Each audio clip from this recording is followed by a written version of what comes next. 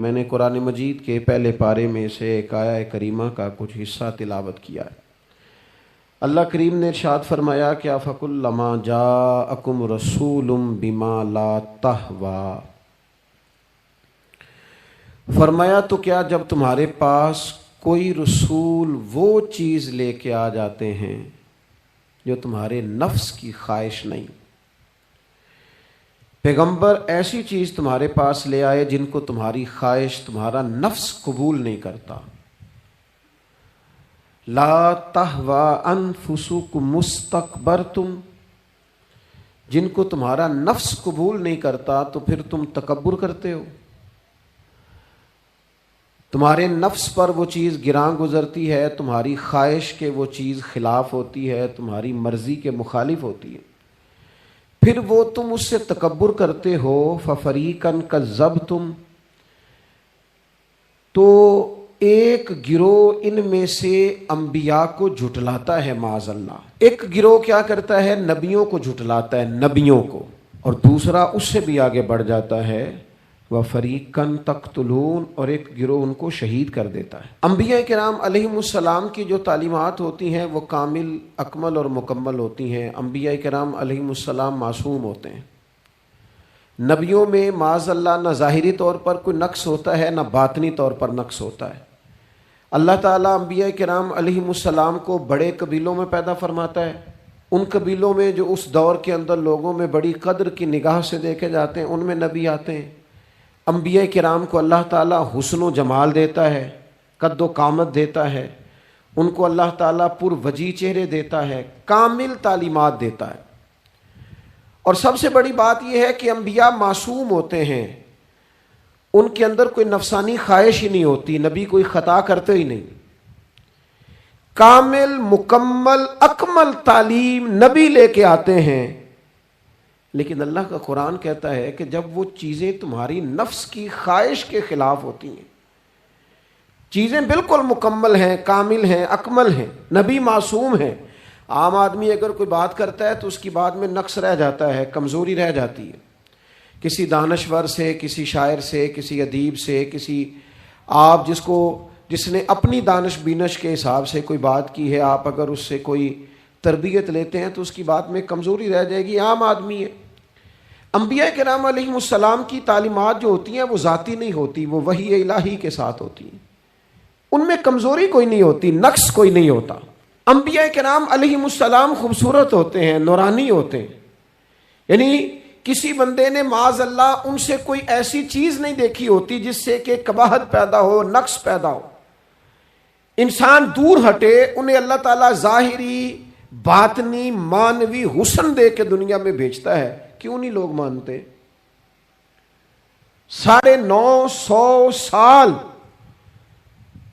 حضرت نوح علیہ السلام نے تبلیغ فرمائی، اور میرے بھائی 1.5 دن میں بندہ تھک جاتا ہے، اکتا جاتا ہے، ہف جاتا ہے، عام آدمی کی بات کر رہا ہوں۔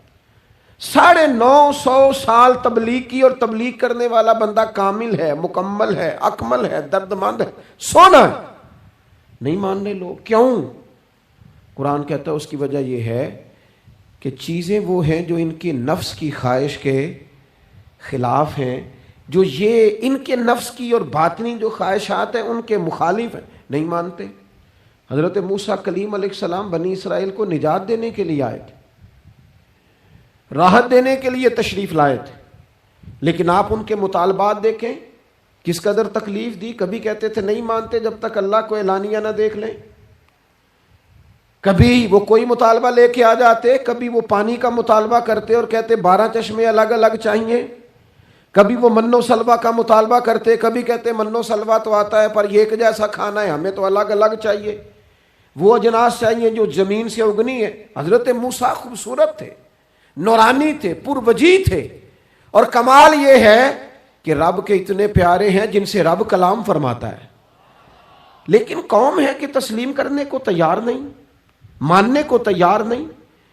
فقط اتنی بات ہے کہ وہ تعلیمات وہ ہیں جو ان کے نفس کی خواہش کے خلاف ہیں، اور ذرا سا انہیں موقع ملا، حضرت موسیٰ علیہ السلام 40 دنوں کے لیے کوہ طور پہ تشریف لے گئے تو پیچھے سے ایک بچڑے کی پوجا شروع کر دی۔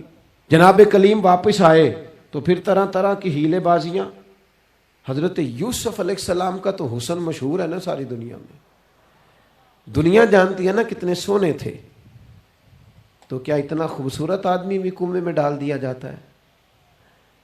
کیا اتنا حسین آدمی بھی بازار میں بیچ دیا جاتا ہے؟ کیا اس قدر شخص جو ظاہری باطنی طور پر نورانی ہو، اس شخص پر بھی الزامات دھر کے جیل میں ڈال دیا جاتا ہے؟ مخلوق تو فنکار ہے اس درجہ کے پل بھر میں سنگے در کعبہ سے بھی اصنام تراشے، اور تم کون ہو کیا چیز ہے داغے کبابی، لوگوں نے تو مریم پہ بھی الزام تراشے، حضرت مریم سلام اللہ علیہ پر بھی، اور جناب عیسیٰ جن کو اللہ نے کھلے معجزات دیے، کوئی ضرورت تھی کسی اور چیز کی؟ جو بچہ پنگوڑے میں ہی کہہ رہا ہے انی عبداللہ، میں اللہ کا بندہ ہوں، کھلے معجزات اور وہ بھی پنگوڑے میں۔ لیکن قرآن کہتا ہے تعلیمات وہ تھیں کہ جو ان کی نفس کی خواہش کے خلاف تھیں، لہذا نفس کی خواہش، وہ جو ایک جگہ پہ قرآن مجید نے کہا نا کچھ لوگوں نے نفس کی خواہش کو خدا بنا لیا، وہ چونکہ خواہشات نفسانیہ کے خلاف تھیں، نتیجہ اس کا یہ نکلا کہ ان لوگوں نے پیغمبروں، رسولوں، انبیاء، اللہ کے محبوب بندوں کو جھٹلا دیا، یہاں تک کہ قتل کر دیا۔ حضرت زکریا علیہ السلام جیسے لوگوں پر آرے چلا دی، شہادتیں ہو گئی انبیاء کی۔ وجہ کیا تھی؟ نفس کی خواہش کے خلاف تعلیمات تھی انبیاء کی، نہیں تسلیم کیا۔ نبی اکرم نور مجسم شفیع معظم صلی اللہ تعالی علیہ وسلم کے نہ سارے معجزات ان لوگوں نے اپنی آنکھوں سے دیکھے تھے، اور ایک دوسرے کے سامنے بیٹھ کے حضور کی تعریفیں کرتے تھے کہ میرا بھتیجا ہے، اس نے کبھی جھوٹ بولا ہو، ہے کبھی امانت میں خیانت کی ہو، ہے کبھی اس کے اندر کوئی نقص دیکھا ہو۔ وہ تعریفیں، وہ خوبصورتیاں، وہ رعنائیاں۔ لیکن جب حضور نے اعلان نبوت کیا نا، اب وہ جو خواہشات نفسانیہ تھی نا، وہ جو باطن کے اندر خواہشات مچلتی تھی، میں سردار ہوں، میرے ڈھیر سارے غلام ہونے چاہیے، میں کسی کو اپنا داماد قبول نہیں کرتا لہذا بیٹی کو زندہ دفن کروں گا، میں یہ کیسے قبول کر لوں کہ غریب آدمی میرے برابر میں آ کے بیٹھ جائے، برادری کی اونچ نیچ کیسے چھوڑ دوں۔ کل تک کہہ رہے تھے آپ صادق ہیں، آپ امین ہیں، آپ حسین ہیں، آپ باوقار ہیں، ہر چیز بیان کر رہے تھے، اور جیسے ہی کہا حضور نے کہ میں اللہ کا رسول بن کے آیا ہوں، جب ماننے کی باری آتی ہے نا، ماننے کی، حضور علیہ الصلوۃ والسلام پہاڑی پر تشریف فرما ہے، اور کریم محبوب علیہ الصلوۃ والسلام نے اونچی پہاڑی تھی، اس طرح کوئی آدمی یہاں دیوار پہ اوپر کھڑا ہو جاتا ہے تو آپ تو اس طرف نہیں دیکھ رہے، وہ ادھر بھی دیکھ رہا ہے، ادھر بھی دیکھ رہا ہے۔ اونچی پہاڑی پر حضور کھڑے ہو گئے اور کھڑے ہو کے فرمایا اگر میں تم سے کہوں کہ پہاڑی کے اس پار دشمن ہے اور وہ تیاری کر کے آ چکا ہے، تم پر حملہ آور ہو جائے گا، کیا میری بات مان لو گے؟ دیکھا نہیں تم نے، میں کہہ رہا ہوں دشمن ہے، تسلیم کرو گے؟ سارے مکے کے لوگ جمع تھے، کہنے لگے کیوں نہیں مانیں گے، آپ صادق بھی ہیں اور امین بھی ہیں، آپ کی زبان سے کبھی جھوٹ نکلا ہی نہیں۔ یہ خاص پیغام حسین کانفرنس میں عرض کرنا ہے آپ کو، بھائی میں اگر کہوں کہ اس طرف دشمن آ گیا ہے، تم نے نہیں دیکھا، میری زبان پر اعتبار کرتے ہو؟ یا رسول اللہ آپ صادق اور امین ہیں، آپ نے کبھی جھوٹ بولا نہیں، خیانت کی نہیں، 100% یقین ہے، مان لیں گے؟ یہ بات ماننے کو تیار ہیں، یہ بات تسلیم کرنے کو تیار ہیں کہ آپ صادق اور امین ہیں؟ تو حضور نے فرمایا جس زبان سے تم یہ ماننے کو تیار ہو نا کہ اس طرف دشمن کھڑا ہے حملہ کر دے گا، اس زبان سے یہ بھی مان جاؤ کہ میں اللہ کا سچا رسول بن کے آیا ہوں۔ آپ میری بات کو سمجھیں، تھوڑی دیر پہلے بیک وقت کہہ رہے ہیں بالکل آپ جو کہتے ہیں حق اور سچ ہے، اور اب جب کہا میں رسول ہوں مان جاؤ، تو معاذ اللہ تعالیٰ ابو لہب کہنے لگا آپ کے ہاتھ ٹوٹ جائیں، آپ نے ہمیں اس کام کے لیے بلایا تھا، طرح طرح کی بولیاں بولنے لگے۔ جب مفادات پر چوٹ لگتی ہے، جب خواہشات نفس کو چھوڑنا پڑتا ہے، جب ذرا اپنی طبیعت پر کچھ چیزیں بوجھ بنتی ہیں، میرے اصحاب قبلہ عالم فرمایا کرتے تھے ہمارے دشمن جب ہم پر تنقید کرتے ہیں تو کئی باتیں غلط بھی کرتے ہیں لیکن کچھ باتیں ٹھیک بھی ہوتی ہیں، بجائے اس کے کہ ہم اسی وقت اٹھ کے قبول کریں، تسلیم کریں کہ جناب یہ بات جو آپ نے کیا یہ بالکل ٹھیک ہے، میں کھلے دل سے اس کو قبول کرتا ہوں. اتنی جرت کون کرے؟ اتنی ہمت کا مظاہرہ کون کرے؟ وہ چیزیں جو ہمارے نفس کی خواہش کے خلاف ہوتی ہیں ہم قبول کرنے کو تیار ہی نہیں ہوتے. لیکن جو مزاج دین ہمیں عطا کرتا ہے، وہ دین ہمیں یہ عطا کرتا ہے کہ جب تم یہ دیکھو نا کہ بات جو ہو رہی ہے وہ بات ٹھیک ہے، اگرچہ میرے مفادات کے بھی خلاف ہے، اگرچہ میرے نفس کی خواہش کے بھی خلاف ہے، اگرچہ میری سرداری کے بھی خلاف، ہو سکتا ہے میرا مالی نقصان بھی، لیکن چونکہ ٹھیک ہے لہذا مجھے قبول کر لینی چاہیے. یہ جرت پیدا کریں اپنے دل کے اندر، یہ طاقت پیدا کریں. یہ آج کا پیغام ہے. آپ دیکھیے حضرت فاروق اعظم رضی اللہ تعالیٰ عنہ نے مسئلہ بیان کیا تو جناب فاروق اعظم رضی اللہ تعالیٰ عنہ نے اس مسئلے میں عورتوں کے مہر کے متعلقہ، جو حق مہر ہوتا ہے خاتون کا، اس کے متعلقہ جناب عمر نے کوئی مسئلہ بیان کیا. تو آپ جمعہ پڑھا کے باہر نکلے تو ایک خاتون کھڑی تھی دروازے پر، کہنے لگی امیر المومنین حد ہو گئی ہے، آپ عورتوں کو مہر لینے پر پابندی لگا رہے ہیں، اتنا لینا اتنا نہ لینا، اور اللہ رسول نے کھلی اجازت دی ہے جتنا مرضی لے لیں. اس خاتون نے دلائل پیش کیے. اب امیر المومنین کے سامنے ایک تو ہے کہ عام مرد کے سامنے عورت بات کرے تو لوگ قبول نہیں کرتے، اور 22 لاکھ مربع میل کا حکمران اور جس کے بارے میں معروف ہے کہ ان کا درہ ہر وقت چلتا ہے، اس خاتون نے جناب عمر سے کہا کہ جناب مسئلہ یوں ہے، آپ نے یوں بیان کیا ہے. اب ارد گرد لوگ کھڑے تھے، کسی نے یہ نہیں کہا گستاخ معاذ اللہ تو کیا کہہ رہی ہے، امیر المومنین کے سامنے کلام کرتی ہے. بات حق تھی، کسی نے جرت نہیں کی. ایک شخص حضرت عمر سے کہنے لگے حضور آپ کچھ بولتے کیوں نہیں، کوئی تبصرہ کریں. فرمانے لگے بولنا کیا ہے، ایک مرد نے خطا کی ہے اور ایک عورت ٹھیک کہہ رہی ہے، اس کی بات درست ہے، میں کھلے دل سے قبول کرتا ہوں. نفس پر گرچہ چوٹ لگتی ہے اسے قبول کریں. کیوں؟ حق کے معاملے میں حضرت صاحب بندے بڑے اچھے ہیں، قبلہ بڑے نفیس آدمی، اور جناب ان کی طبیعت بڑی اچھی ہے، تو پھر آپ قبول کر لیں ان کی بات کو. کہتے ہیں آپ دعا کریں میرے لیے میں قبول کر لوں، آپ دعا کریں میں ٹھیک ہو جاؤں. او خدا کے بندے، جسے تو ٹھیک سمجھ رہا ہے اس کی بات کو قبول کر، اس بات کا قائل ہو جا، اس پر عمل کر. ہمارے مزاجوں میں وہ جو نفسانی خواہشات کا غلبہ ہے آج بھی پوری طرح وہ ہمیں اپنی لپیٹ میں لیے ہوئے، ہم سمجھنے کو تیار نہیں ہوتے. حق حق ہوتا ہے، اور جب حق واضح ہو جائے پھر نفسانی خواہشات کو نہ دیکھو. نفس ایک بچے کی طرح ہے، اس کی ایک بات مانو گے دوسری خواہش کرے گا، دوسری بات مانو گے تیسری خواہش کرے گا. اللہ کے محبوب علیہ السلام نے دعا فرمائی ہے، مسند امام احمد بن حنبل میں موجود ہے. حضور اللہ کی بارگاہ میں عرض کرتے ہیں تعلیم امت کے لیے، صرف ہمیں سمجھانے کے لیے، ورنہ تو معصوم عن الخطا ہے.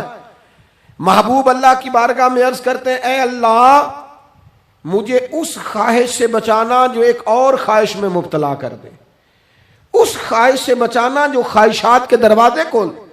ہم اپنے نفس کو لے کر دین کے مقابلے میں کھڑے ہو گئے. میری برادری کہتی ہے کہ شادی میں ڈھول بجے گا، تماشا ہوگا، اور اللہ رسول کہتے ہیں کہ اس میں شریعت کا بول بالا ہوگا، پتہ چلے گا جیتتا کون ہے. میری اولاد کہتی ہے کہ اس رستے جانا ہے، رب رسول فرماتے ہیں اس راہ پہ جانا ہے. نفس کی خواہش اور ہے، اللہ رسول کا حکم اور ہے، ہم اس کو تسلیم کرنے کو تیار نہیں ہوتے. معافی مانگنی پڑ گئی ہے ایک بندے سے. ہماری جو بنائی ہوئے قبیلے اور برادریوں میں اونچ نیچ ہے اس کے حساب سے ہم بڑے قبیلے سے ہیں، وہ چھوٹی قبیلے سے ہم نے جو بنائی ہے، ورنہ تو قبیلے فقط تعارف کے لیے ہوتے. معذرت کرنی پڑ گئی ہے، لیکن کمال ہے ہمارے مزاج میں وہ پیدا ہو. اللہ رسول کو راضی کرنے کے لیے تھوڑی دیر اپنے نفس کو کچلے. ممکن ہے ایسا ہو؟ کرتے ہی نہیں ایسا، مزاج نہیں بنایا.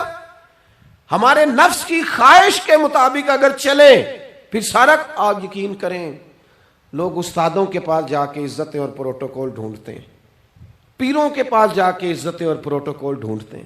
ایسی جگہوں پہ جہاں پروٹوکول دینے کی باری تھی وہاں بھی لینے کے چکر میں پڑ جاتے.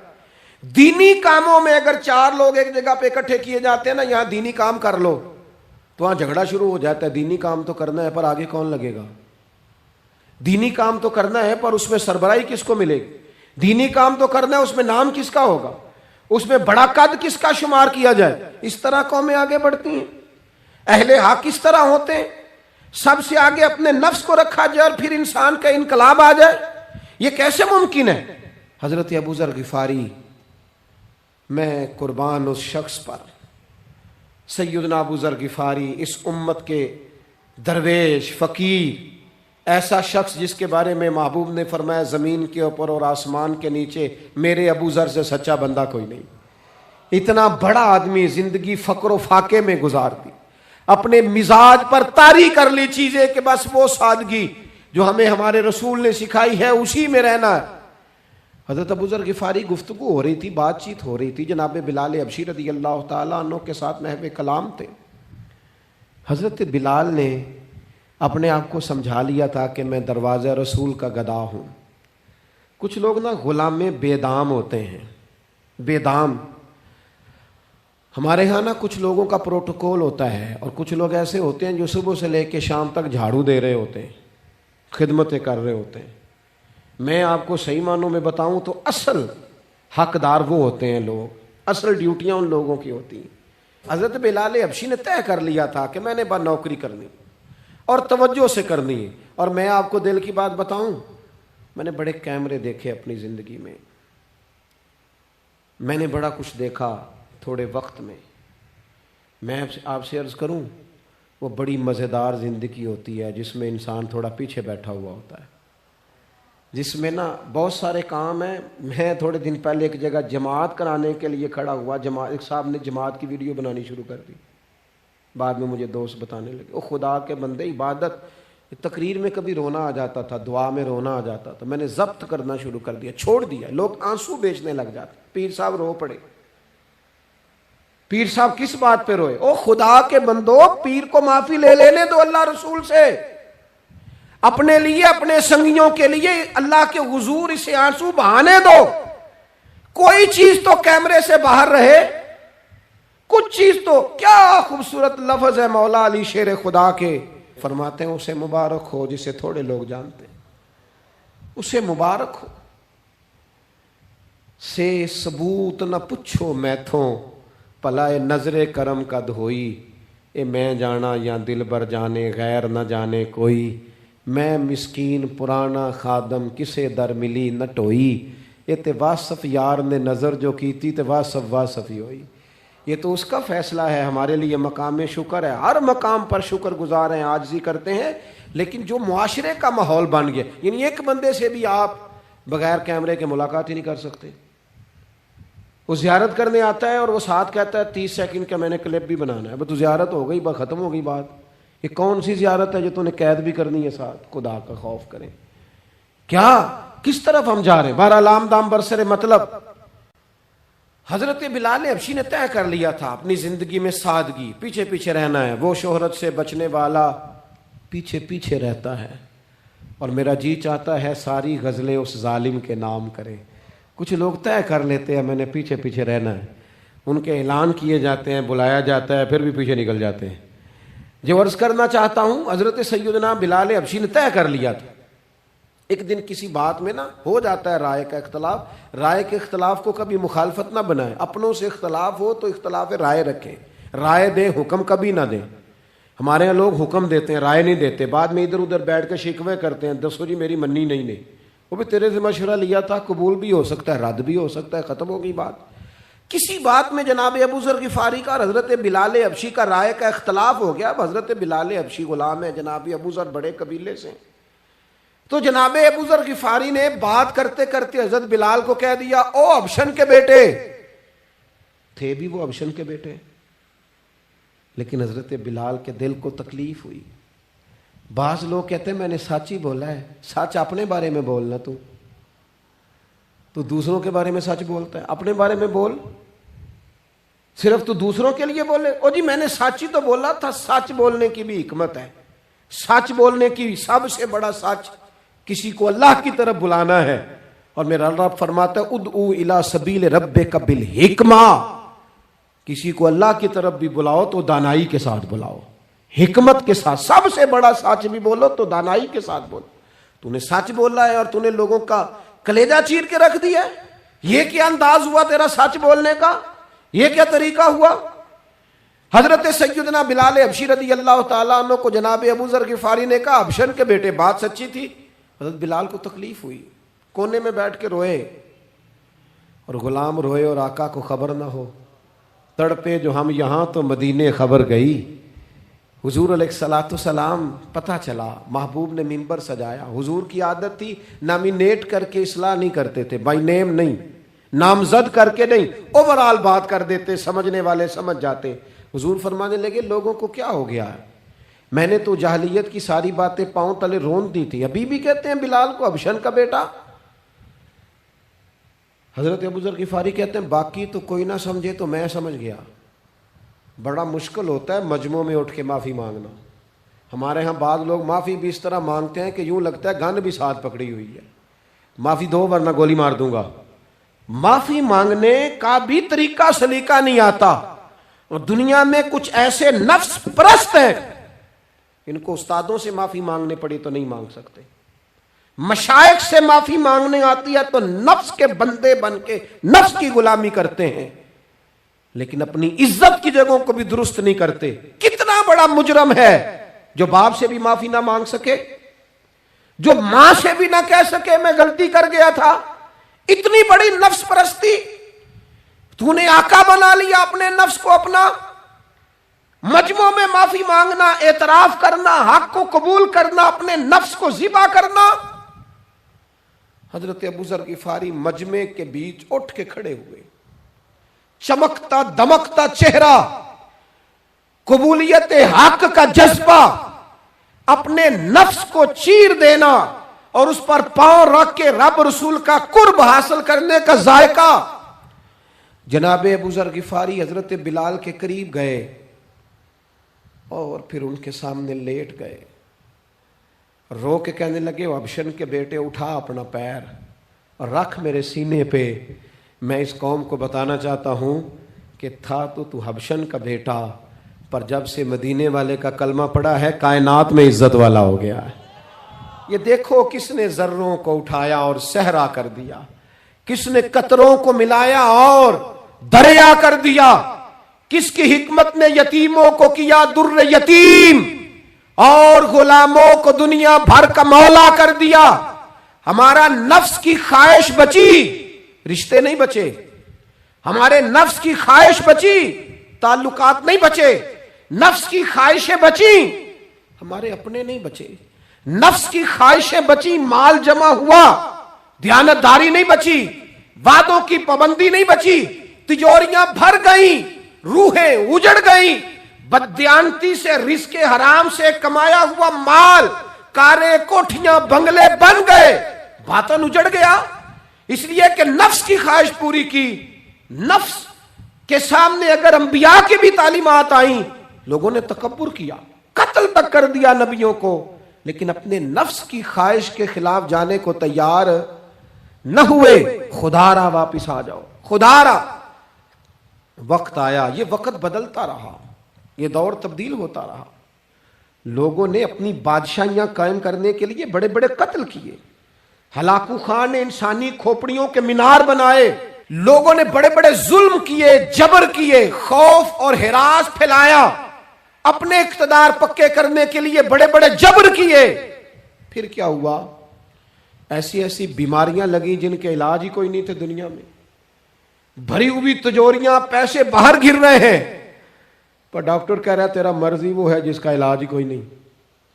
اللہ تبارک و تعالیٰ کے قانون سے جب لوگ ٹکراتے ہیں پھر پاش پاش ہو جاتے ہیں. وقت گزرا, ٹائم یزید کا آیا. وقت گزرا تو ٹائم عبید اللہ ابن زیاد کا آیا, ٹائم شمر کا آیا. 1450 سال گزرنے کے بعد اس ہزاروں کے مجمع میں سے ایک ایک بچے کو حدیث یاد ہے کہ حسن اور حسین جنتی جوانوں کے سردار ہیں. بتاؤ یزید کو نہیں آتی تھی, شمر کو نہیں پتا تھا, کلمہ تو پڑھتے تھے نا, یہ عبید اللہ ابن زیاد کو نہیں پتا تھا. نبی پاک علیہ السلام کے کندھوں پر حسنین رہے, ان سب کو پتہ نہیں تھا؟ یہ جانتے نہیں تھے کہ یہ وہ حسنین کریمین ہیں جن کو حضور سنتے تھے، فرماتے تھے یہ میرے پھول ہیں دونوں؟ کیا بات رضا اس چمنستان کرم کی، زہرا ہے کلی جس میں حسن اور حسین پھول۔ آج 1450 سال گزرنے کے بعد امت کو حدیث آتی ہے کہ نبی پاک علیہ السلام نے فرمایا جس نے حسن اور حسین سے پیار کیا اس نے مجھ سے پیار کیا، جس نے ان سے بغض رکھا اس نے مجھ سے بغض رکھا۔ کلمہ پڑھتے تھے، مسلمان کہلاتے تھے۔ 10 محرم کو جمعے کا دن تھا، امام حسین امامہ باندھ کے گھوڑے پر بیٹھ کر خطبہ دینے لگے تو ایک شخص اندر سے بول کے کہنے لگا حسین تقریر لمبی نہ کر، ہمارا جمعہ لیٹ ہو رہا ہے۔ بلے و نمازیو، سامنے وہ شخصیت کھڑی ہے جس پر ابھی درود پڑھیں گے نماز میں، اللہم صلی علی محمد وعلی، ابھی درود پڑھیں گے حسین ابن علی پر، ابھی شہید کر کے ابھی درود پڑھیں گے، وہ سامنے کھڑے۔ اور امام حسین کا ایک جملہ تاریخ نے یوں لکھا ہے کہ شاید ریت کے ذرے بھی تڑپ گئے۔ امام علی مقام فرمانے لگے مجھے غور سے دیکھو، تمہیں پتہ ہے میں کون ہوں؟ تم جانتے ہو میں کون ہوں؟ نبی پاک نے فرمایا تھا یہ حسن اور حسین میرے بیٹے ہیں کیونکہ میری بیٹی کے بیٹے۔ تمہیں پتہ ہے میں کون ہوں؟ سامنے امام حسین کھڑے، فرمایا مجھے جانتے ہو؟ اور امام علی مقام فرمانے لگے میں تمہارے نبی کا نواسا ہوں، اور آج کے بعد تمہیں کسی نبی کا کوئی نواسا نہیں ملے گا، کیونکہ نبی پاک آخری نبی ہیں، اور جب حضور کے بعد کوئی نبی نہیں آئے گا تو کسی نبی کی اولاد کیسے ہوگی؟ تمہیں آج کے بعد کسی نبی کے نواسے کی زیارت نہیں ملے گی۔ میں کیسے آپ سے یہ بات آپ کو عرض کروں کہ سامنے حسین ابن علی بھی ہوں تو لوگ نفس کی خواہشیں پوری کرتے ہیں، لوگ اپنی کرسیاں پکی کرتے ہیں، لوگ گورنریاں پکی کرتے رہے، لوگ گڈ بک میں جانے کے لیے ایک دوسرے کو شاباشیاں دیتے رہے، جشن ہوتا رہا۔ سب سے پہلے ایک شخص نے امام حسین کا قافلہ روکا تھا، اس کا نام حور بن یزید تھا، سب سے پہلے اس نے روکا تھا، وہ ایک لشکر کا سپہ سالار تھا۔ جب امام حسین رضی اللہ تعالیٰ عنہ نے خطبہ پڑھا نا تو حور یزیدی فوج میں تھا، واپس گیا اور عبید اللہ ابن زیاد سے جا کے کہنے لگا، یا جو بھی وہاں لوگ موجود تھے یزیدی فوج کے، ان سے کہنے لگا تم نے تو کہا تھا کہ صرف راستہ روکنا ہے، تم نے تو کہا تھا کہ صرف ان سے کچھ منوانا ہے، تم نے تو جب مجھے بھیجا تھا تو کہا تھا کہ بعد تھوڑے معاملات ہیں، اوہ سچ بتاؤ نبی کے نواسے کو شہید کرو گے؟ تم نے تلواریں نکال لی ہیں، نیزے نکال لیے ہیں، تیر نکل آئے ہیں، تیاری مکمل ہے، مجھے سچ بچاؤ، کیا حسین ابن علی کی گردن پر خنجر چلانے لگے ہو؟ سیدہ فاطمہ کا جگر پارا شہید ہوگا، کیا یہ خبر سچ ہے؟ یوں ہوگا؟ تو کہنے لگے ہاں یہی حکم ہے ہمیں، یہی تیاری ہے، یہی پروگرام ہے، یہی پلان ہے، یہی ہوگا۔ کہنے لگا میں اور آپ تو مدینے والے رسول کا کلمہ پڑھتے ہیں، تو کیا محبوب کے نواسے کو ذبح کرو گے؟ جناب علی اکبر کو جن کا چہرہ رسول پاک سے ملتا ہے، حضرت قاسم بن حسن کو، جناب علی کے بیٹوں عباس بن علی کو، حضرت علی کے بیٹے ابو بکر بن علی کو، حضرت علی کے بیٹے عمر بن علی کو، حضرت علی کے بیٹے یہ بھی 3 کربلا میں موجود، حضرت عثمان ابن علی کو، ان کو شہید کرو گے؟ نے کہا ہاں تیاری ہو گئی ہے۔ تو سب کے ضمیر مردہ نہیں ہوتے، ہاں بڑی بڑی سخت جگہوں پہ پھول اگتے ہیں۔ حر نے جب ان سے کہا کہ تمہارا پکا ارادہ ہے، کہا پکا ارادہ ہے، تو اس نے کہا یہ زیرہ پکڑو، یہ عہدہ پکڑو، مجھے تمہارا دیا ہوا عہدہ نہیں چاہیے، حسین کے نانا کی دی ہوئی جنت درکار ہے، یہ رکھو اپنے پاس، مجھے تمہارا۔ ایڑی لگائی اس نے اور دوڑا اور امام حسین کے قدموں میں گیا، کہنے لگا حضور میں مجرم ہوں، میں خطا کار ہوں، میں نے سب سے پہلے آپ کو روکا تھا، پر مجھے قسم ہے اللہ کی، میں جانتا نہیں تھا ان کا ارادہ کیا ہے. حضور بھول گیا، غلطی کر بیٹھا. یہ انتے ہوں گے، ان کی آنکھوں پہ پٹی بندی ہوگی. اور مجھے تو پتہ ہے نا کہ دنیا کو پھر محمد کا نواسہ نہ ملے گا، مجھے خبر ہے. اگر معافی مانگوں تو معاف کر دو گے؟ پہلا مجرم ہوں، میں نے روکا ہے. اگر آ جاؤں تو قبول کر لو گے؟ یہ ظرف، یہ حوصلے، یہ توانائیاں اگر ہیں تو سیدہ فاطمہ کے دودھ میں ہیں، یہ شیر خدا کی تربیت میں ہیں، یہ محبوب نے جو ان کی زبانوں کو چوسا تو اس کرم میں ہے. حضرت امام حسین نے اٹھ کے سینہ یوں چوڑا کیا، ہاتھ پھیلائے، فرمایا آجا، لگ جانا میرے سینے کے ساتھ، تو آ جانا، تو نے دیر کی، ہم تو پہلے سے منتظر تھے، تو آ جا، تیری ساری معاف ہیں. ہور کے مقدر جاگے. امام علی مقام کے لشکر میں شامل ہوا. بعض نے لکھا ہے جو لوگ ابتدا میں شہید ہوئے امام حسین کی طرف سے، ان میں ہور شامل. خدا را کچھ خواہشات، کچھ نفسانی باتیں چھوڑ دو. سارا دن اپنے آپ کو ہی منواتے رہنا. اپنی ضد کے سامنے لوگ بڑے بڑے ادارے تباہ کر دیتے، بڑی بڑی جماعتیں تباہ ہو گئیں، بڑے بڑے آستانے خیر کے ٹوٹ گئے، لیکن ہماری انا، ہماری ضد، ہمارا تکبر، ہماری اپنے لیے خواہشات یہ ختم نہ ہو سکیں. امام حسین رضی اللہ تعالیٰ عنہ کو جن لوگوں نے شہید کیا، انہیں حضور کا خون نظر نہیں آیا، نفس کی خواہشیں نظر آئیں، جائیدادیں نظر آئیں. لیکن پتہ ہے کمال کیا ہے؟ ہمیشہ جو لوگ حق قبول کرتے ہیں نا، اللہ تعالیٰ انہیں یہ عزت عطا کرتا ہے. دو چار باتیں میری ضرور لے کے جانا. یہی لنگر ہے آج پیغام حسین کانفرنس کا. دیکھو آپ کے والد آپ کو جو سمجھاتے ہیں وہ ٹھیک ہے، یا جو آپ کہہ رہے ہیں وہ ٹھیک ہے؟ غور کرو. آپ کے اساتذہ اور مشائخ جو آپ کو کہتے ہیں وہ ٹھیک ہے، یا جو ضد آپ نے لگا لیا وہ ٹھیک ہے؟ اور سب سے بڑھ کر اللہ رسول کا حکم زیادہ مؤثر ہے، یا جو آپ نے اپنی مرضی سے چیزیں طے کی ہیں وہ زیادہ مؤثر؟ اپنی نفسانی خواہشات کو تھوڑی دیر کے لیے کنٹرول کرو، اپنے آپ پر تھوڑی دیر کے لیے پابندی لگاؤ، ایک ایک کر کے اپنی خواہشات کو کچلو. زندگی کے اندر کچھ ایسی چیزیں پیدا کرو جس سے روح تازہ رہے، دل تازہ رہے، طبیعت تازہ رہے، دین بچا رہے. جتنی طلاقیں ہوتی ہیں نا معاشرے میں، ہم سے اگر دن میں 100 لوگ مسئلہ پوچھتے ہیں تو 95 طلاق والے ہوتے ہیں، سوائے اس کے کہ نہ میاں ہارنے کو تیار تھا نہ بیوی ہارنے کو تیار تھی، بالآخر رشتہ ہی ہارا. دونوں کے ہوتے ہوئے بچے یتیموں جیسی زندگی گزارنے لگے.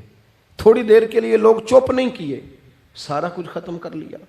اپنی مزاج کے اندر، اپنی طبیعت کے اندر تحمل پیدا کرو، بردباری. میں ایک دفعہ بہت پریشان تھا، حالات کچھ عجیب رخ اختیار کر گئے، بہت پریشان تھا. تو میں ایک بزرگ کی خدمت میں حاضر ہوا، میں نے کہا دعا فرمائیے گا. تو مجھے کہنے لگے سیدہ زینب کی سیرت پڑھو. تو میں نے پہلے دن آ کے کتاب کھولی نا، تو دربار دمشق میں جو جناب زینب نے کلام فرمایا نا، انسان ٹوٹ جاتا ہے. لیکن انسان حق پہ ہو کہ اگر گلا بھی کٹا لینا تو اس کا مزاج طاقتور رہتا ہے، روح طاقتور رہتی، اسے محسوس ہوتا ہے کہ میں کمزور نہیں پڑا. یزید نے جب کوئی بات کی نا دمشق کے دربار میں، تو حضرت زینب پیچھے بیٹھی تھی پردے کے لوگوں کے درمیان. اس نے جب کوئی بات کی تو جناب زینب وہاں سے اٹھ کے، ہماری خواتین ہر بات پہ روتی ہیں، دو کہیں کہ ختم ہی نہیں ہوتے. جناب زینب پیچھے سے اٹھیں پردے کے پیچھے سے، اور جب اپنی گرجدار آواز میں انہوں نے گفتگو شروع کی تو وہاں ایک نابینا بزرگ بیٹھے تھے جو مولا علی شیر خدا کی بارگاہ میں حاضری دیا کرتے تھے. جب سیدہ زینب نے خطبہ شروع کیا نا تو وہ بزرگ چونک گئے، اور وہ نابینا تھے تو ساتھ والے آدمی کا گھٹنا ہلا کے کہنے لگے علی آ گئے دربار میں. علی کی آواز ہے، علی بول رہے ہیں دربار دمشق میں. وہ زینب کا خطاب منبر پہ علی بول رہے ہوں جیسے. علی آ گئے، وہ گرج آواز میں، وہ تنتنا، وہ دبدبا، وہ وفاداری، وہ ان کی بات میں صداقت، کانپ گئی ہر چیز دربار کی۔ اور امام زین العابدین بیمار بھی تھے، مسافر بھی تھے، پریشان بھی تھے، لیکن جب یزید سے انہوں نے کہا نا مجھے خطبہ دینے دے، تو چند منٹ گفتگو کی امام زین العابدین نے، تو کہنے لگا اذان پڑھو جماعت کرائیں، اس لیے کہ ان کی باتوں میں وہ حق ہوتا ہے۔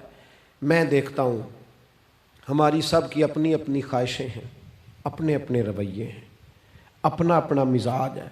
اگر لوگوں کو کسی جگہ بھی ملک کی ملی اور دینی پروگرام کے لیے جمع ہونے کو کہا جائے، ہم تیار نہیں۔ کیا کیا جاتا ہے ہمارے ساتھ؟ ہمارے ضمیر اس لیے خریدے جاتے ہیں کہ ہم خواہشات کے بندے ہیں۔ الگ الگ کر کے کسی کو کہا جاتا ہے تیرا کاروبار چمک جائے گا، کسی کو کہا جاتا ہے تیرا وہ نظام ٹھیک ہو جائے گا، الگ الگ کر کے لوگوں کو خرید لیا جاتا ہے۔ لیکن اگر خواہشات تھوڑی ہوں، اللہ کی رضا پر چلنے کا جذبہ زیادہ ہو، تو میرے عزیز زندگی آسان ہو جائے گی۔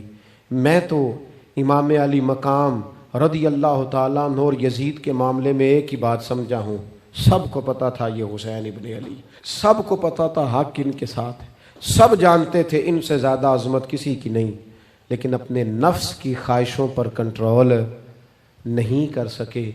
پوری امت کا اس وقت مسئلہ ضروریات کا نہیں، خواہشات کا ہے۔ 2 قدم پیچھے ہٹیں خواہشوں کے لیے، 4 قدم آگے بڑھیں دین کے لیے۔ 2 قدم پیچھے ہٹیں اپنی خواہشات کو چھوڑیں، 4 قدم آگے بڑھیں ملک کے لیے، ملت کے لیے۔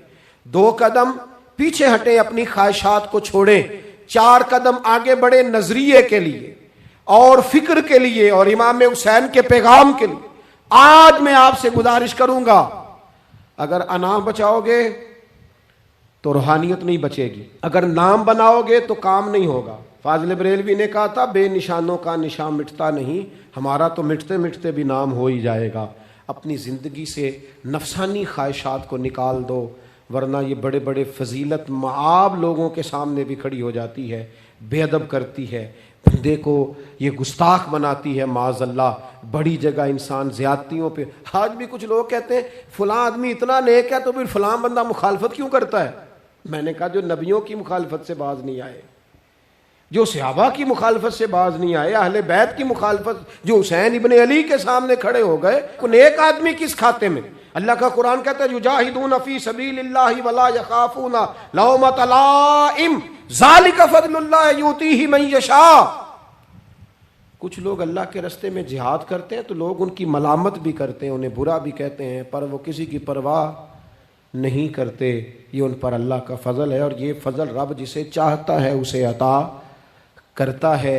آپ حضرات آج اس محفل سے یہ لنگر لے کے جائیے گا کہ کہیں میری روحانیت کے سامنے میری نفسانی خواہشات تو نہیں کھڑی ہو گئیں۔ تھوڑا سا 2 قدم پیچھے ہٹنا ہے، ہم نے امام علی مقام سے فیض لینا ہے، امام حسین کی عظمتوں کو سلام کرنا ہے۔ سر اٹھا کے جینا چاہتے ہو تو امام حسین کا طریقہ اپنا لو، ان کے رستوں کے مسافر بن جاؤ۔ زندگی وقار کے ساتھ گزرے گی، خودداری کے ساتھ گزرے گی، عزت نفس کے ساتھ گزرے گی۔ بلے چھالوں کی ہنس کے یار منا لیں دے،